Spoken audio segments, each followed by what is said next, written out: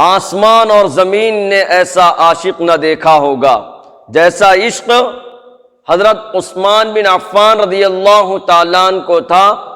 نمازوں سے،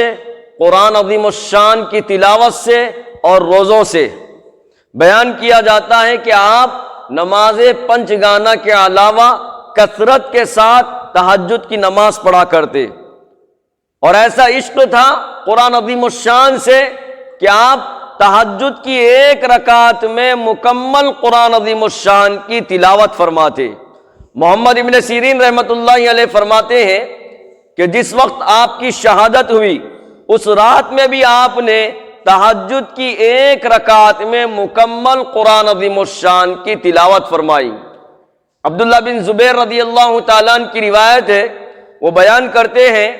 کہ جس وقت آپ کی شہادت ہوئی